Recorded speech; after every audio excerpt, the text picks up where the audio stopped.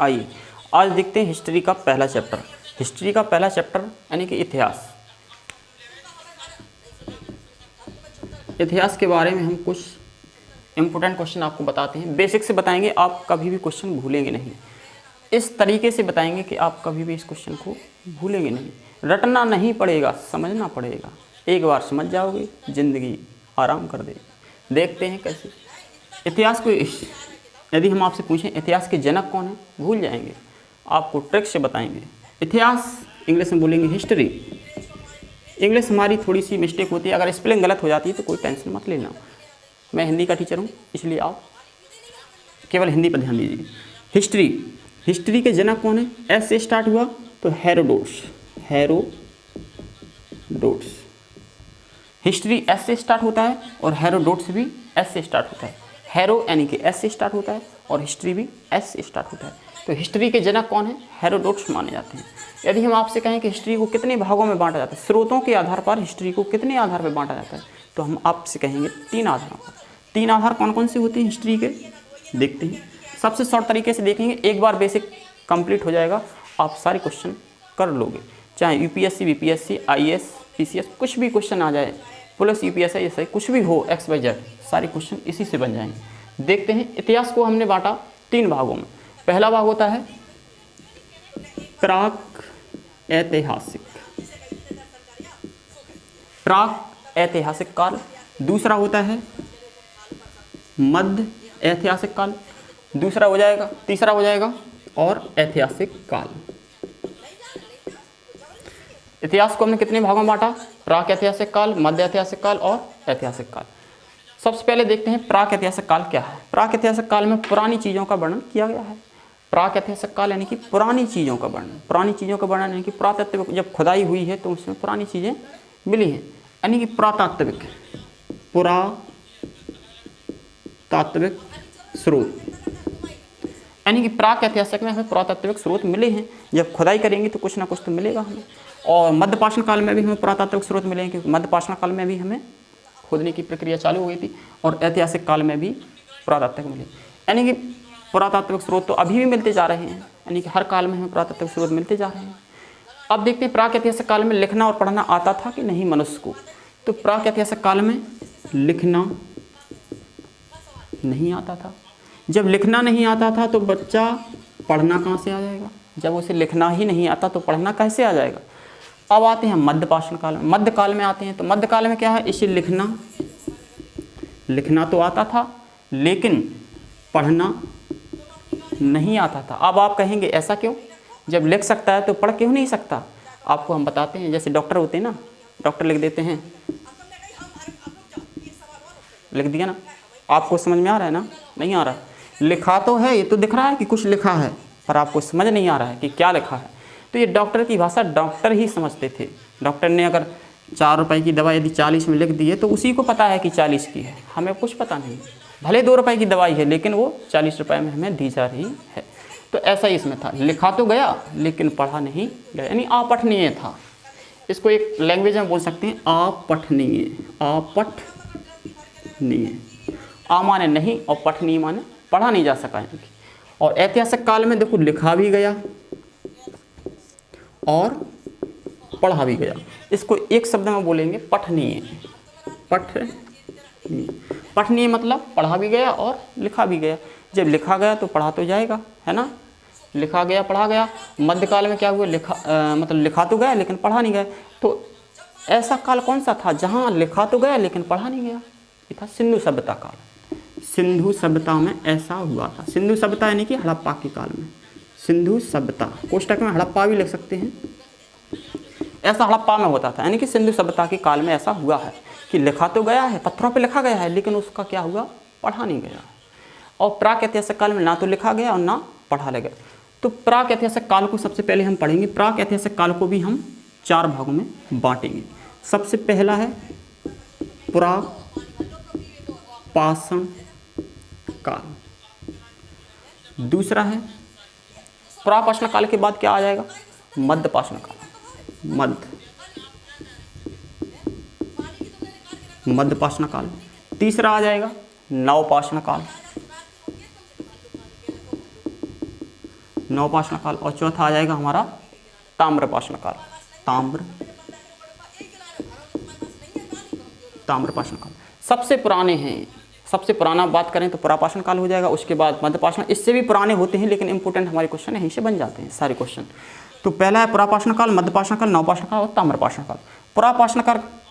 पुरापाषाण काल का यदि हम समय देखें यानी कि काल देखें कब से कब तक है, तो हम देखते हैं लगभग में है 25 लाख से लेकर 12,000 BC का मतलब होता है कि ईसा पूर्व, पहले ईसा मसीह का जिस दिन जन्म हुआ, तो ईसा मसीह का जन्म हम 0 मान लेते हैं, तो 0 के पहले यानी कि 25 लाख से 12,000 BC ईसा पूर्व यानी कि पहले का समय, इतने पूर्व पुरापाषाण काल है। मध्यपाषाण का काल देखें यदि हम तो 12,000 BC से 5,000 BC कर देते हैं, 12 से 5,000 BC। और नवपाषाण काल में पहुंचेंगे तो 5,000 BC से 3,000 BC। तो नवपाषाण काल 5,000 से 3,000 BC, ठीक है ना। अब देखते हैं पुरापाषाण काल में क्या हुआ। पुरापाषाण काल में सबसे पहले आग की खोज हुई। आग, इसको याद कैसे करेंगे कि आग की खोज कब हुई, पुरापाषाण काल में, मध्यपाषाण के, नव में कि ताम्र में। तो पुरा में याद रखना है, पुरा में आग लगी थी। सबसे पहले कहाँ लगी थी, पुरा में आग लगी थी। आग कहाँ लगी थी, पुरा में लगी थी। पुरा होता है नहीं मोहल्ला, तो आग कहाँ लगी थी, पुरा में। तो कहेंगे अपन पुरापाषाण काल में आग की शुरुआत हो गई थी। अफ्रीका में क्या हुआ था, मानव सबसे पहले आ गया था, पूर्वी अफ्रीका में आ गया था। लगभग 2 लाख ईसा पूर्व पहले, 2 लाख ईसा पूर्व पहले कहें तो पूर्वी अफ्रीका में आ गया था। यदि हम आज के दिन से जोड़ें तो 3 लाख ईसा पूर्व के समथिंग में उत्तरी अफ्रीका में आ गया था। सीधा याद रखो कि मानव सबसे पहले अफ्रीका में आ गया था, ठीक है ना। और पुरापाषाण काल के जो लोग थे, इन्हें पढ़ना और लिखना तो आता नहीं था। देखो, लिखना और पढ़ना आता नहीं था।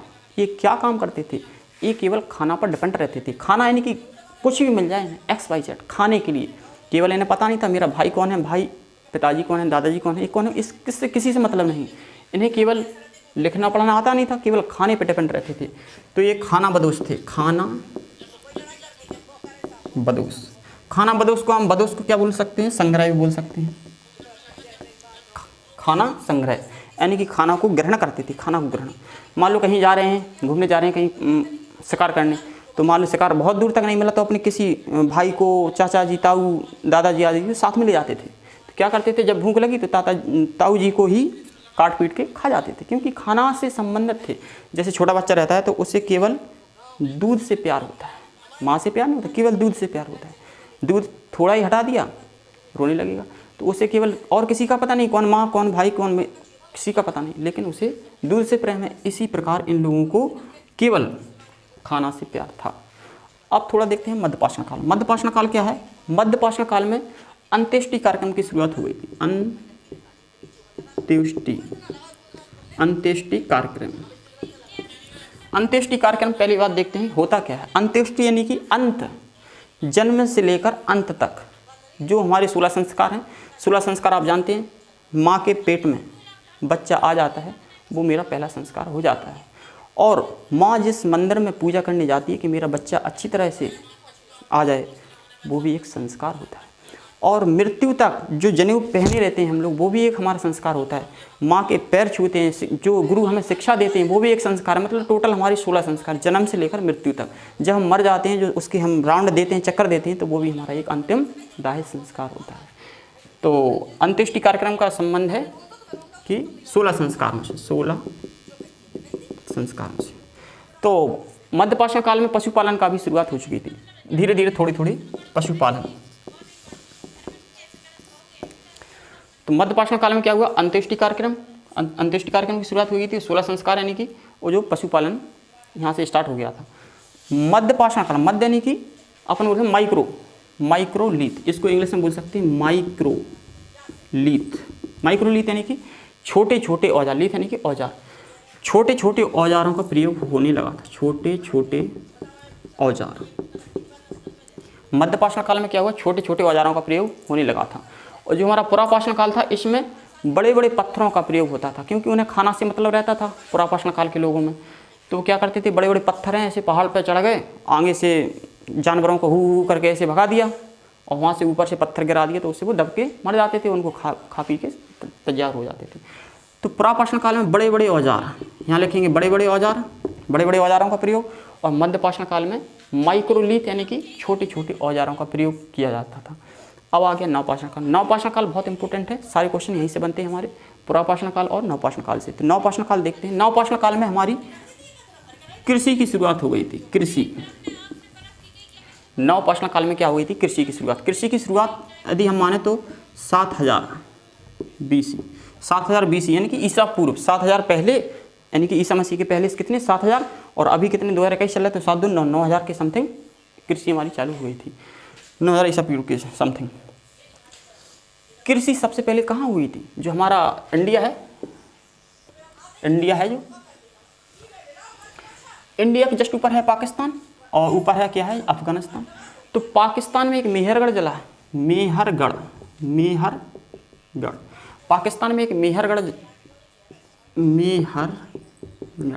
मेहरगढ़ कहाँ है? पाकिस्तान में। मेहरगढ़ में 2 पहाड़ियों के बीच हुई थी। कौन कौन सी पहाड़ी थी? सुलेमान व कीरथर। हम आपसे पूछे कि कृषि सबसे पहले कहाँ स्टार्ट हुई थी? तो 7000 ईसा पूर्व पाकिस्तान के मेहरगढ़ में सुलेमान और कीरथर पहाड़ियों के बीच हुई थी। अब पूछे कौन सी खेती हुई थी सबसे पहले? किसकी? तो सबसे पहले हुई थी गेहूं व जौ की खेती। गेहूं व जौ की खेती हुई थी। हम आपसे पूछे जौ कहाँ मिला था? जौ की खेती सबसे पहले ईरान में हुई थी और गेहूं की खेती सबसे पहले मेहरगढ़ में हुई थी, मेहरगढ़। तो क्वेश्चन बन सकता है। और कब है ये? नवपाषाण काल में हुई थी कृषि की शुरुआत। नवपाषाण काल में कृषि की शुरुआत हो गई थी 7000 ईसा पूर्व, मेहरगढ़ के सुलेमान और कीरथर पहाड़ियों के बीच गेहूं और जौ की खेती हुई थी। गेहूं कहाँ मिला था हमें? मेहरगढ़ में। और जौ कहाँ मिला था? ईरान में मिला था। ठीक है ना, इतना याद रखेंगे। और हम क्या रखेंगे? अब चावल के साक्ष्य में लेते हैं हमें कुछ। नवीं पाषाण काल में चावल के साक्ष्य में लेते। यूपी के कोल्डीवा जगह है, यूपी का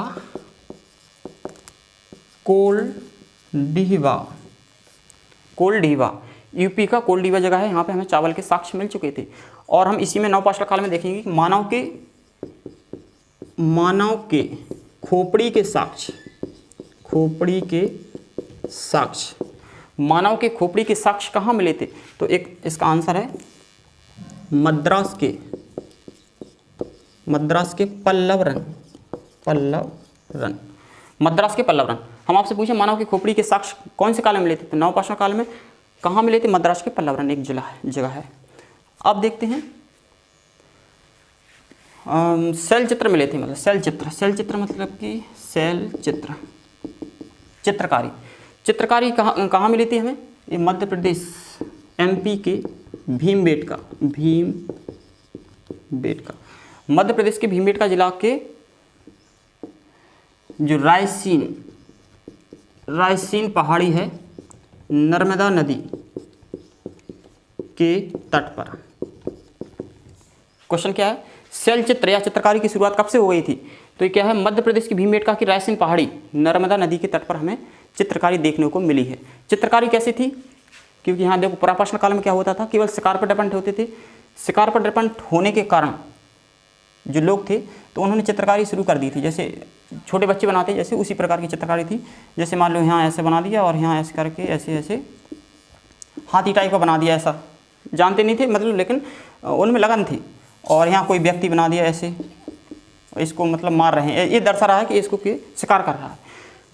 तो ये शैल चित्र कहाँ मिले थे? चित्रकारी देखने को मिली मध्य प्रदेश के भीमबेटका जिले में। और रायसीन, कौन सी पहाड़ी? रायसीन पहाड़ी पर। कौन सी नदी पर? नर्मदा नदी के तट पर। अब ताम्रपाषाण काल। पाषाण का मतलब होता है पत्थर। पाषाण का मतलब क्या होता है? पत्थर। पाषाण का मतलब होता है पत्थर। यहाँ सभी जगह पाषाण है, यानी कि हर जगह पत्थर। यहाँ बड़े बड़े पत्थरों का प्रयोग, यहाँ छोटे छोटे पत्थरों का प्रयोग, और यहाँ औजार मतलब औजारों का प्रयोग हो गया था, पत्थर का भी प्रयोग था।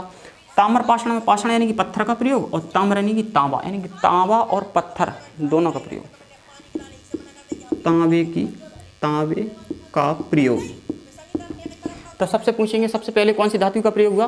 तांबे का प्रयोग हुआ ताम्रपाषाण काल में। ताम्र यानी कि तांबे के क्या एक छड़ी बना लेते थे तांबे की, और पत्थर से नुकीला पत्थर बना के उसको आगे लगा के फिर करके शिकार करते थे ताम्रपाषाण काल में। तांबे का प्रयोग। केवल इतना ही याद रखेंगे अभी, बाकी के जो क्वेश्चन है अगले वीडियो में इतिहास के आगे क्वेश्चन देखेंगे। सारे इंपॉर्टेंट क्वेश्चन हैं, आप एक बार वीडियो देख लेंगे। इसको यदि रिवीजन करना है तो एक बार हम और देख लेते हैं। इतिहास यानी हिस्ट्री के जनक कौन है? हेरोडोटस। एस से हुआ तो एस से यहाँ हिस्ट्री हेरोडोटस।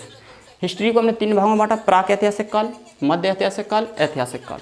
प्राक ऐतिहासिक काल में पुरातत्व खुदाई हुई स्रोत मिले, यानी कि जो खुदाई करी गई उनमें हमें पुरातत्व स्रोत मिले हैं। मध्यपाषाण काल में भी हमें पुरातत्व स्रोत और हमें ऐतिहासिक में भी पुरातत्व स्रोत। इसमें लिखना पढ़ना हमें आता नहीं था प्राक ऐतिहासिक में, इसमें लिखा गया लेकिन पढ़ा नहीं गया। इसमें लिखा भी गया पढ़ा भी गया ऐतिहासिक काल में। ऐतिहासिक काल में 3 प्रकार की होती है, इसको आगे देखेंगे, ठीक है ना। अब प्राक ऐतिहासिक काल 4 प्रकार के होते हैं। पहला पुरापाषाण काल, दूसरा मध्यपाषाण काल और नवपाषाण काल और ताम्रपाषाण काल। पुरापाषाण काल का समय है 25 लाख से 12,000 बीसा पूर्व, और मध्यपाषाण काल का है 12,000 से 5,000 बीसा पूर्व, और नवपाषाण का है 5,000 से 3,000 बीसा पूर्व। ताम्रपाषाण, तांबे का प्रयोग हुआ था इसमें। पुरापाषाण काल में सबसे पहले आग का आविष्कार हुआ था। अफ्रीका में मानव आ गया था, खाना इस पर केवल खाना पर डिपेंड रहते थे जो लोग थे। मध्यपाषाण काल में क्या हुआ? अंत्येष्टि कार्यक्रम की शुरुआत हो गई थी। माइक्रोलिथ यानी कि छोटे छोटे औजारों का प्रयोग हो गया था, और 16 संस्कार इसी में थे मध्यपाषाण काल में, और पशुपालन भी यहाँ से स्टार्ट हो गया था। नवपाषाण क्या है? यहाँ पे गाय का प्रयोग नहीं हुआ था। प्राक ऐतिहासिक काल में गाय कहीं नहीं मिलेगी। मध्यपाषाण काल में भी आपको गाय कहीं नहीं मिलेगी, गाय आपको ऐतिहासिक काल में मिलेगी। गाय से इंपॉर्टेंट क्वेश्चन बनते हैं, आप आगे देखेंगे। ऐतिहासिक काल में वैदिक काल है जो सभ्यता, उसमें आपको गाय मिलेगी। अब आ जाएगा अपना नवपाषाण काल, 5,000 से 3,000 बीसी। इसमें कृषि की शुरुआत 7,000 बीसा पूर्व हो गई थी। मेहरगढ़ के पाकिस्तान के मेहरगढ़ में सुलेमान और तीर्थर पहाड़ी के बीच किसकी खेती की गई थी? गेहूँ व जौ की खेती की। गेहूँ और जौ की खेती, जौ कहाँ मिला था? ईरान में। गेहूँ कहाँ मिला था? मेहरगढ़ में। और मानव की खोपड़ी के साक्ष्य कहाँ मिले? मानव की खोपड़ी के साथ मद्रास के एक पल्लव नामक जगह है, वहाँ पर मिल गई थी। और जो शैल चित्र यानी कि भित्ति चित्र हैं वो कहाँ मिले थे? मध्य प्रदेश के भीमबेटका के रायसेन पहाड़ी और नर्मदा नदी के तट पर। आगे की वीडियो अगले दिन देखते हैं। Thank you.